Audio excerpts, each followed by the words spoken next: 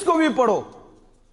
उन्होंने रब से डराया, उन्होंने आखिरत की फिक्र दिलाई है, कब्र की फिक्र दिलाई है। जिन्हें आखिरत कब्र की फिक्र होती है वो गले नहीं काटते, फिर वो रिश्वतखोर नहीं होते, वो सूद पे कारोबार नहीं करते, लोगों के घर खराब नहीं करते, लोगों के दिल नहीं तोड़ते, लोगों को जख्मी नहीं करते, क्योंकि उन्हें पता है मरने के बाद पूछ होनी है, कब्र में सदा भी है, हशर में भी है, अल्लाह के सामने भी हाजिर होना है। जब ये कह दिया गया ओए सीधे टोरी जाना है, तो उन्होंने कहा बस मौलवी साहब ने किया ना टोरी जाना है, तो बस वो टुर गए।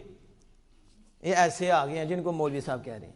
मैं ये बात कर रहा हूं हजरत इमाम जाफर सादिक रज़ियल्लाहु ताला अन्हु की। वो खुद डर रही हैं और दो ताई भी डर रही हैं। और अगली बात सुनोगे तो आप कहेंगे वाकई ये लोग तो हमें बताते ही नहीं कि अहले पाक ने जिंदगी किस तरह गुजारी, ये हमें बताते ही नहीं कि जो अव्वलीन हुजूर से फैज पाने वाले थे उन्होंने जिंदगी कैसे गुजारी, फिर उनके ताबीन ने जिंदगी कैसे गुजारी, उनके फरमूदात क्या हैं, उनके हकाम क्या हैं। इसलिए आज कोई ना कोई कुत्ता उठता है और औलिया की ज़बे मला कर देता है, असहाब रसूल पे कर देता है, अज़वाज रसूल पे कर देता है और फिर तोहमतें लगाता है। उसकी वजह क्या है? हमारे पास इल्म नहीं, और हम इनको सुन के हम भी फिर जाते हैं, हम उनके खिलाफ बोलते हैं कि वो तो अमल नहीं करते, वो ऐसी बातें नाउज़ुबिल्लाह मिन ज़ालिक।